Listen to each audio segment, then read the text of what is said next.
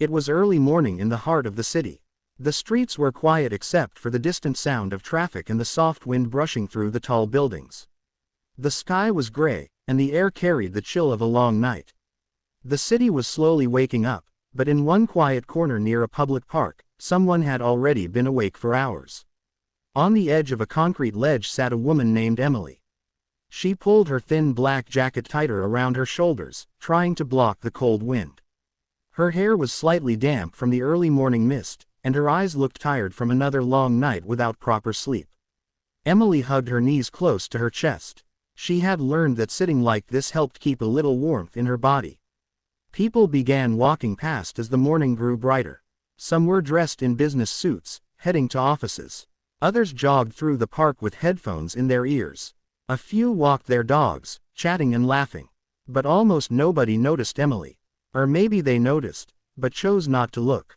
To them, she was just another homeless person in the city.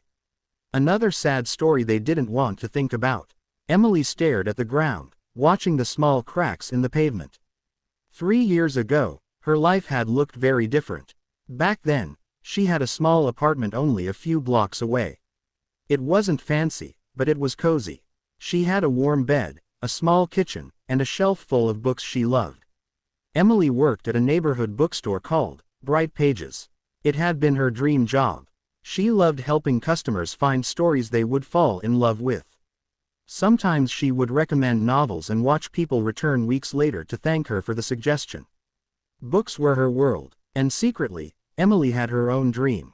She wanted to become a writer.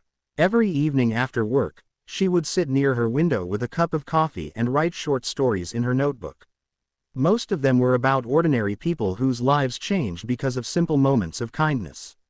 But life rarely follows the path we expect. One winter morning, the bookstore owner called all the employees together.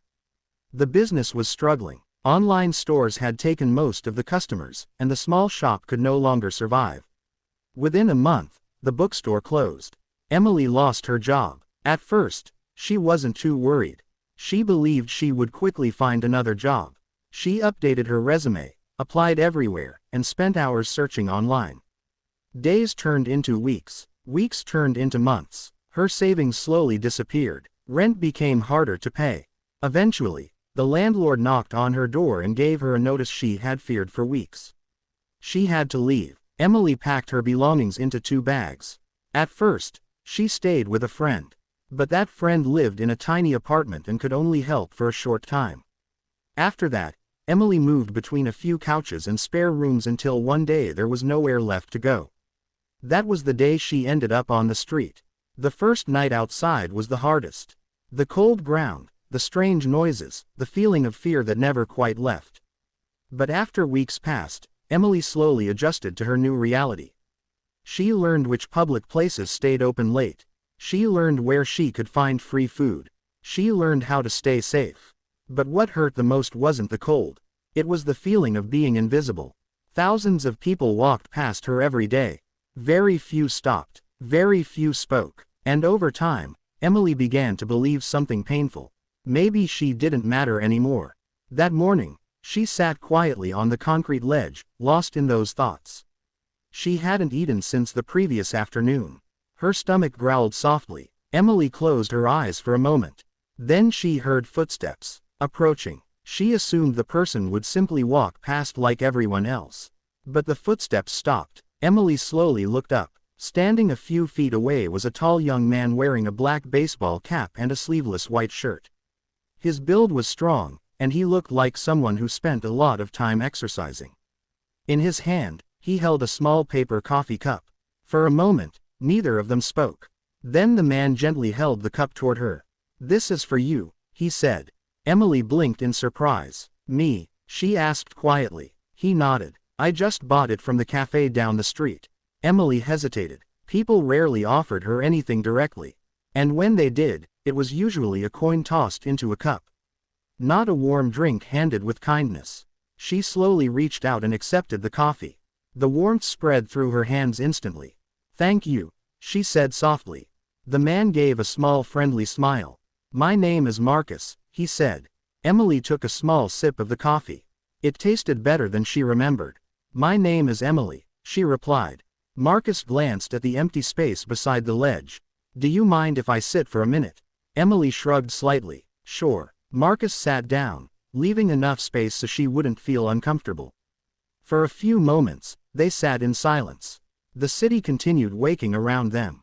Cars passed. Birds chirped in nearby trees. Finally, Marcus spoke. Have you been out here long? Emily stared at the pavement again. Almost a year. Marcus nodded slowly. He didn't look shocked or judgmental. Just thoughtful. What happened? He asked gently. Emily hesitated. Most people didn't actually want to hear the answer to that question. But something about Marcus felt different. Maybe it was the way he listened. Or the way he didn't stare at her with pity. So Emily told him the story. The bookstore. The job loss. The apartment. The slow fall into homelessness. Marcus listened quietly without interrupting. When she finished, he leaned back slightly and looked at the sky. That must have been really hard, he said. Emily let out a small laugh. Hard is one way to describe it. Marcus stood up after a moment. I have to go to work, he said. Emily nodded. She assumed that was the end of the conversation. But before leaving, Marcus said something unexpected. I come this way every morning. Emily looked up. So maybe I'll see you again tomorrow. Then he walked away. Emily watched him disappear down the sidewalk. She wasn't sure why, but that small moment of kindness stayed in her mind for the rest of the day. The next morning, Emily returned to the same spot. Part of her expected nothing. But around the same time as yesterday, she saw Marcus walking toward her again. This time, he carried 2 coffee cups and a small paper bag. You're here, he said with a grin. Emily smiled slightly. Looks like you are too. Marcus handed her the coffee and the bag. Inside was a breakfast sandwich. Emily stared at it for a moment. You didn't have to do this, she said. Marcus shrugged. I know. She ate slowly, savoring every bite. It was the first full meal she had eaten in 2 days. From that day on, Marcus stopped by almost every morning. Sometimes he brought coffee, sometimes food, sometimes just conversation. And little by little, something inside Emily began to change. For the first time in a long time, she felt like someone actually saw her. Like she mattered again. And sometimes, all it takes to change a life, is one person who refuses to look away. She assumed he would walk past her like everyone else. But he didn't. He stopped. Then he gently held out the coffee toward her. For you, he said. Emily looked up, surprised. Why? She asked quietly. The man smiled softly. Because everyone deserves a warm drink in the morning. Emily hesitated. People rarely spoke to her. And kindness from strangers felt unfamiliar. But the smell of warm coffee reached her. Her hands trembled slightly as she accepted it. Thank you, she whispered. The man sat down a few feet away, not too close, just enough to talk. My name is Marcus, he said. Emily took a small sip of the coffee. It was the first warm thing she had tasted in 2 days. My name is Emily, she replied. For a few minutes, they sat quietly. Then Marcus asked gently, how long have you been out here? Emily looked away. Almost a year. Marcus nodded slowly. He didn't judge her. He didn't ask uncomfortable questions. Instead, he listened. And sometimes, being heard is the most powerful form of kindness. Over the next few minutes, Emily found herself talking more than she had in months. She told him about the bookstore. About losing her job. About losing everything. Marcus listened carefully. When she finished, he stood up. I'll be back tomorrow, he said. Emily didn't believe him. People said things like that all the time. But the next morning, Marcus returned, with another cup of coffee. And a sandwich. Emily stared in disbelief. You came back, she said. Marcus laughed lightly. I said I would. Days turned into weeks. Every morning Marcus stopped by before work. Sometimes he brought breakfast. Sometimes they just talked. Slowly, Emily started to smile again. For the first time in a long time, she felt like a human being again. One morning, Marcus brought something different.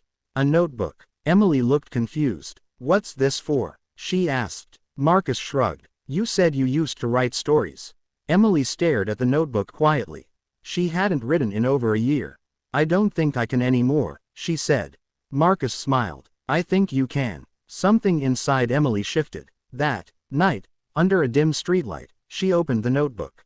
And she began to write. She wrote about loss, about loneliness, about hope, about the stranger who brought her coffee.